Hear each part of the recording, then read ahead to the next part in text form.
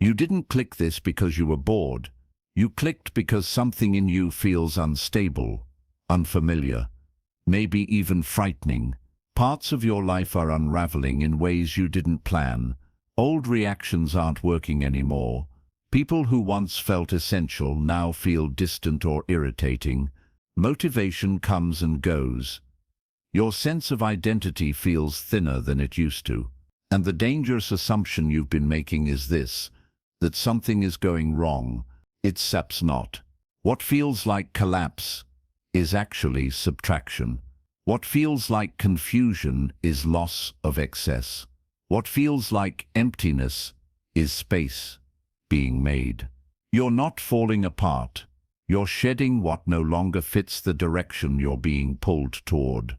Most people never reach this phase because they cling too tightly to what feels familiar. You didn't. That's why this feels uncomfortable. That's why this feels lonely. And that's why this message is for you. 1. Discomfort is the signal, not the problem. If something were actually wrong with you, you wouldn't feel this alert. You wouldn't feel restless, uneasy, or mentally stretched. You would feel dull. You would feel flat. You would feel checked out. Numbness is what shows up when the system is damaged or overwhelmed beyond repair. Discomfort shows up when the system is working, but under new demand. That distinction matters. Discomfort is the nervous system detecting mismatch, a mismatch between your current capacity and your current environment, a mismatch between your internal standards and your external habits, a mismatch between the person you've become and the structures you're still trying to live inside. That friction creates pressure. Pressure creates sensation. Sensation is what you're interpreting as something being wrong. It is instead. Your old habits are failing because they were built to solve problems you no longer have. They worked when your responsibilities were smaller, when your awareness was lower, when your consequences were lighter. Now the same behaviors feel ineffective, even embarrassing, because they're outdated. You're trying to run new levels of stress, responsibility, and complexity on an old operating system. That never works. Your old coping mechanisms feel useless because they were designed to escape pressure, not to carry it. Distraction, numbing, overthinking, overworking, external validation, these were survival tools, not growth tools. They helped you stay functional when you weren't ready to face certain realities. Now those realities are unavoidable, so the tools stop working. That's not a failure, that's expiration. Your old routines feel hollow because they were meant to stabilize a phase of life that's ending. Routines are scaffolding. They are not permanent structures. When the internal architecture changes, the scaffolding has to come down. If you cling to it, you restrict movement.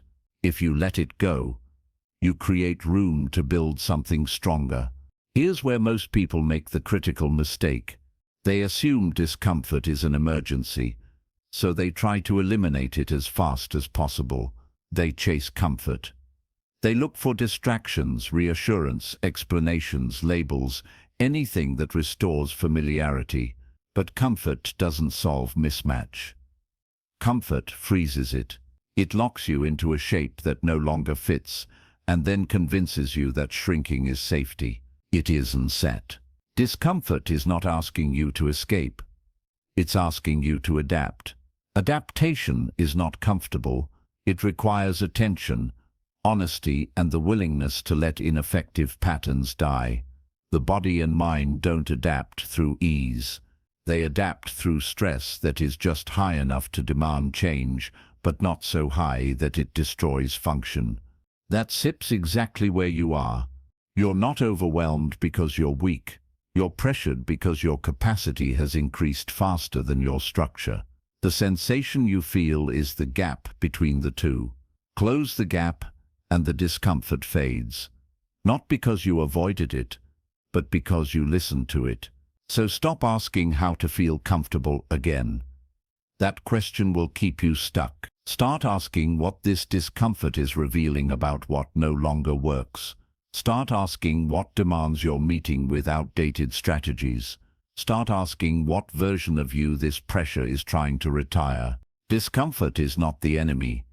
It sets the signal. Ignore it, and you stagnate. Suppress it, and you decay. Understand it, and you evolve. 2. What's falling away was never stable.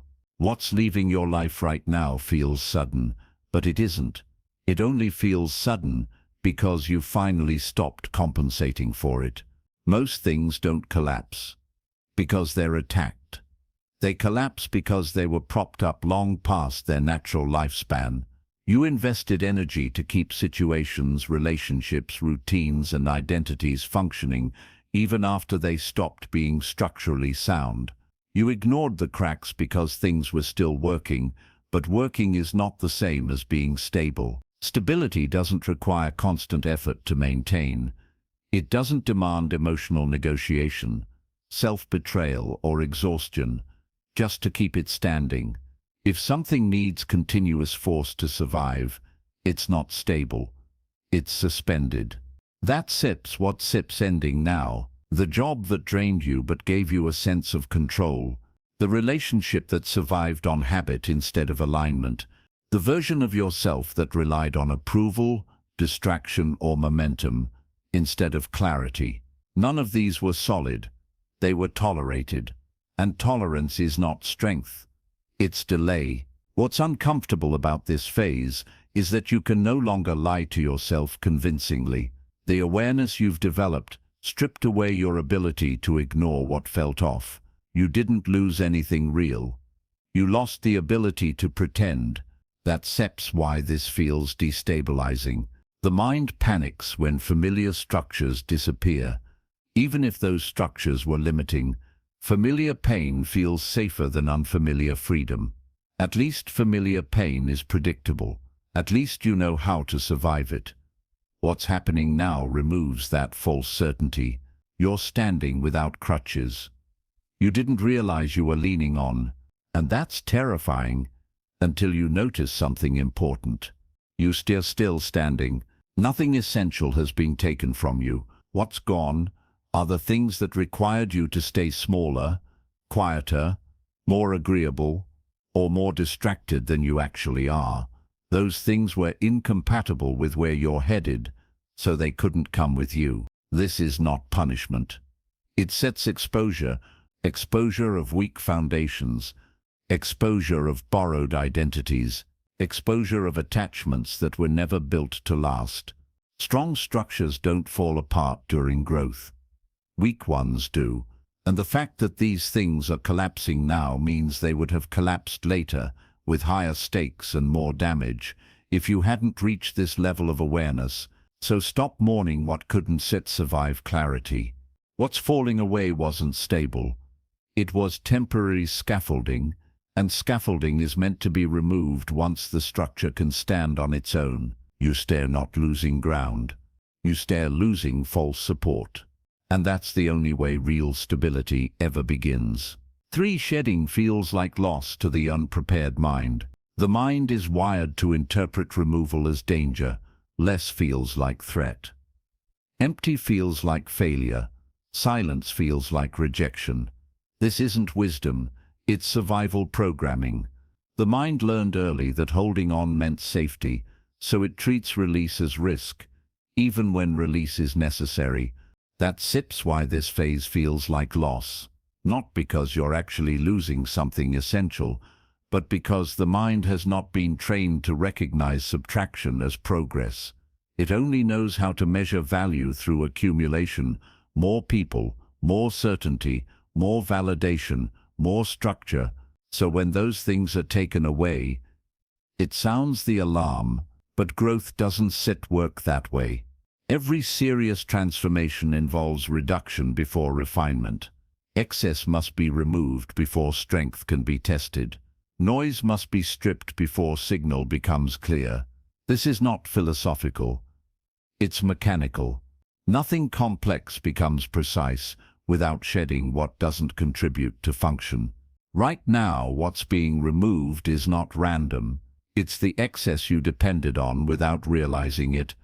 Emotional buffers, external confirmations, identity padding, distractions that kept you from sitting with yourself long enough to change. The unprepared mind interprets this as collapse and immediately tries to reverse it.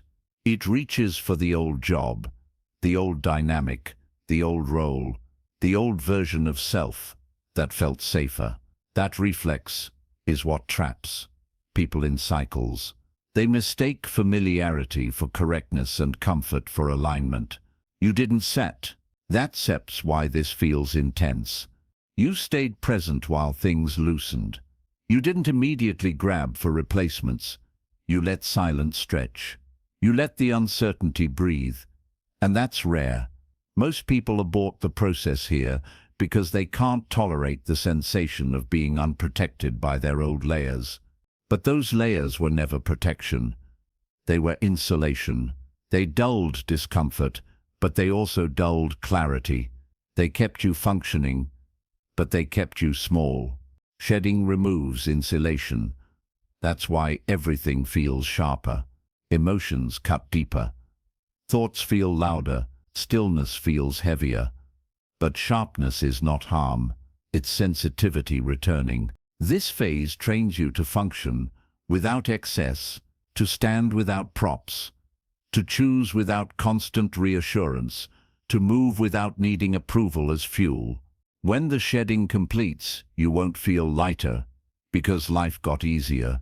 You'll feel lighter because you're no longer carrying what was never yours to hold. Loss is what the mind calls it when it can't yet see the advantage. But what's happening here isn't set loss. It's some precision being restored. 4. Isolation is part of the clearing process. One of the first things people panic about in this phase is the feeling of separation. Conversations that once felt engaging now feel shallow. Social energy drains faster than it used to. You find yourself needing more silence, more space, fewer explanations, and the mind jumps to conclusions. Something is wrong with me, I'm becoming cold, I'm losing connection, I'm withdrawing. That's the wrong interpretation. Isolation doesn't always mean disconnection. Often it means recalibration.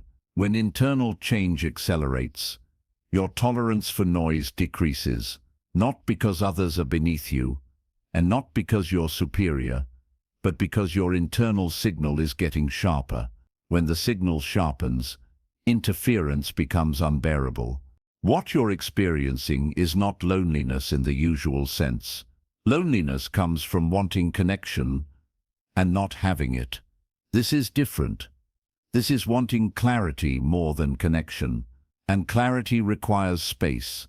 During this phase, the nervous system pulls energy inward. Attention turns from external feedback to internal alignment. That shift makes surface-level interactions feel draining, not because they're bad, but because they no longer serve the same function. They used to distract you from yourself. Now you can't escape yourself that way.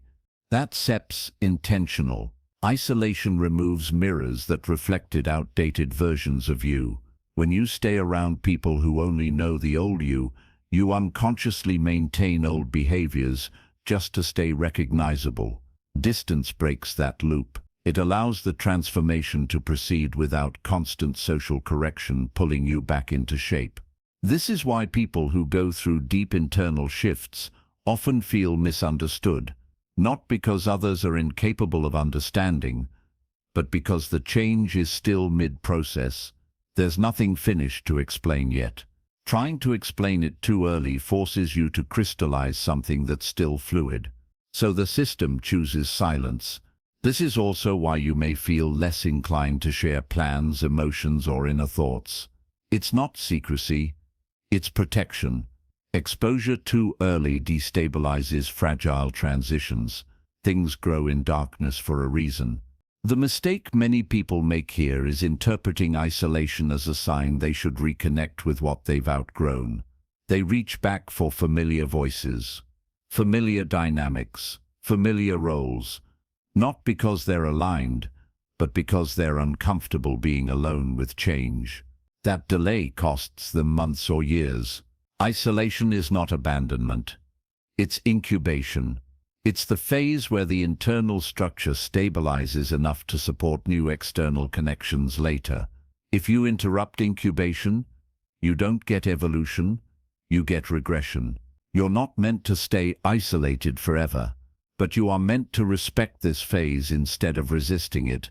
Let the distance do its work. Let the quiet recalibrate you. Let the absence of constant feedback strengthen your internal compass. When this phase passes, connection returns, but it returns differently. Cleaner, fewer people, deeper. Resonance. Less noise, more meaning. Less performance, more presence. Isolation is not the problem. Interrupting it is. 5.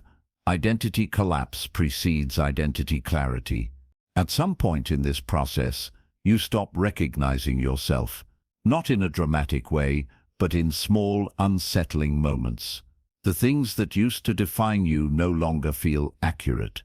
Labels that once gave you confidence now feel restrictive. The roles you played effortlessly begin to feel forced, even dishonest. This is where fear usually spikes. The mind depends on identity for orientation. Identity tells you how to act, what to expect, and where you belong. When identity weakens, the mind interprets it as danger.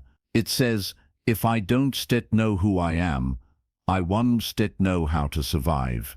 But identity collapse is not malfunction, it's recalibration. Most identities are assembled, not discovered. They're built from expectations, rewards, coping strategies, and survival adaptations. They work until the internal environment changes. When awareness grows, when values sharpen, when tolerance for misalignment drops, the old identity can't carry the new load. So it starts to crack. This is not you losing yourself. This is you outgrowing a version of yourself that was built to manage earlier conditions.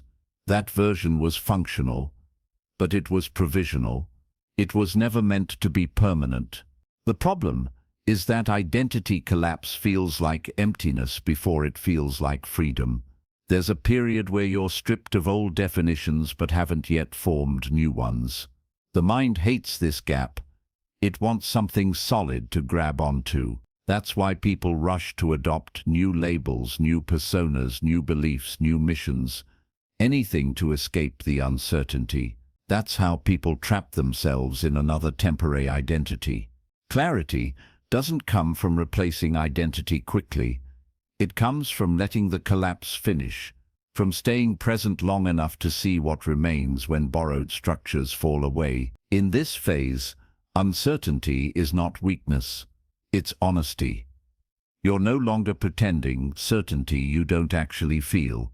That honesty is what allows real alignment to emerge later. You don't need to know exactly who you are right now. You need to stop pretending to be who you're not. When the collapse completes, clarity doesn't arrive as a label, it arrives as coherence. Your choices align, your energy stabilizes, your boundaries become natural instead of enforced. You stop performing yourself and start inhabiting yourself. Identity. Clarity is quieter than identity performance. It doesn't announce itself. It doesn't need validation. It simply functions. This phase feels disorienting because the old map no longer works, but you're not lost. You're navigating without a false map for the first time, and that's the only way real direction ever forms. 6. Resistance is what makes this phase painful. What you're experiencing right now has a certain weight to it. Not just emotional, but mental and physical. Fatigue, without a clear cause. Tension that doesn't fully release. A sense of being pushed forward while simultaneously trying to hold on to something behind you. That heaviness isn't the process itself. It's the friction you create by resisting it. Pressure is unavoidable at this stage. Pain is not. The system is already moving. Old structures are dissolving. Priorities are rearranging. Attention is being pulled toward what matters and away from what doesn't. None of that requires force from you. It's happening whether you agree with it or not. Suffering enters when you try to stop it. Resistance takes many forms. Overthinking what's ending. Explaining yourself to people who don't need an explanation. Forcing clarity before it's ready. Trying to resurrect old patterns because the unknown feels threatening. Each of these is an attempt to regain control, and each one increases tension instead of relieving it. The mind believes control equals safety, but in this phase, control backfires. The more you grip what's dissolving, the more violent the separation feels. Letting go doesn't mean giving up responsibility. It means stopping interference with a process that already knows what it's doing. Notice this carefully. When you stop fighting the discomfort, it doesn't disappear, but it becomes manageable. It becomes informative instead of overwhelming. You can feel it without being consumed by it. That's the difference between pain and pressure. Pressure shapes. Pain distracts. Cooperation in this phase doesn't look like passivity. It looks like attentiveness without panic. It looks like allowing uncertainty without demanding immediate answers. It looks like honoring fatigue instead of shaming it. It looks like restraint, not reacting just because something feels uncomfortable. This is where emotional maturity is forged. People who fail this stage don't fail because they're incapable. They fail because they confuse urgency with necessity. They assume something must be fixed immediately, when in reality it needs to be allowed to complete. You don't have to push harder. You have to stop pulling backward. Once resistance drops, something surprising happens. The same circumstances feel lighter, not because they changed, but because you're no longer adding unnecessary strain. The process becomes directional instead of chaotic. You start sensing where movement is happening and where it isn't. That sets alignment. This phase is not asking you to fight. It's asking you to stop fighting what's already leaving. Pressure will pass when adaptation completes. Pain only persists when resistance refuses to let go. 7. What emerges after clearing is undeniable. This phase does not last forever. It only feels endless because it doesn't give you milestones. There's no clear moment where you can say, now it's done. The clearing completes quietly, almost without announcement. One day you simply notice that things feel cleaner, lighter, less cluttered inside. What remains after the clearing is not a dramatic new identity. It's something more dangerous to the old patterns. Clarity. Clarity removes options. It reduces tolerance for what doesn't fit. It makes misalignment uncomfortable in a way that can't be ignored. You won't need motivation to walk away from what's wrong anymore. You'll feel it immediately. Your nervous system will reject it before your mind can negotiate. That sips power. Your decisions will become simpler, not because life got easier, but because internal conflict decreased. You won't debate yourself as much. You won't need constant reassurance. You won't outsource direction to opinions, trends, or emotional reactions. Boundaries will stop feeling like effort. They'll feel automatic. You won't explain them. You won't defend them. You'll simply act in accordance with them. This is why the clearing had to happen. You cannot build precision on top of clutter. You cannot move decisively while dragging what no longer belongs. You cannot step into higher responsibility while still negotiating with outdated attachments. What emerges after the shedding is a version of you that's harder to manipulate, harder to derail, and harder to confuse. Not because you became rigid, but because you became internally consistent. You'll notice fewer but deeper connections. Less noise, more signal. Fewer commitments, more integrity. You'll stop chasing intensity and start valuing coherence. And most importantly, you'll trust yourself again.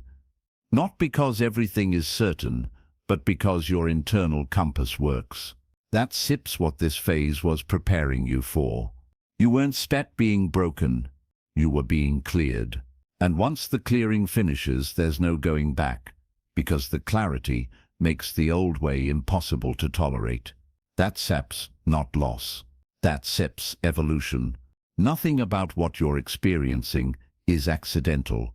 It only feels chaotic, because you're used to measuring progress by comfort, stability, and approval. Those metrics no longer apply to you. You are in a narrowing phase. Options are being removed. Distractions are being stripped. Tolerance for what doesn't fit is collapsing.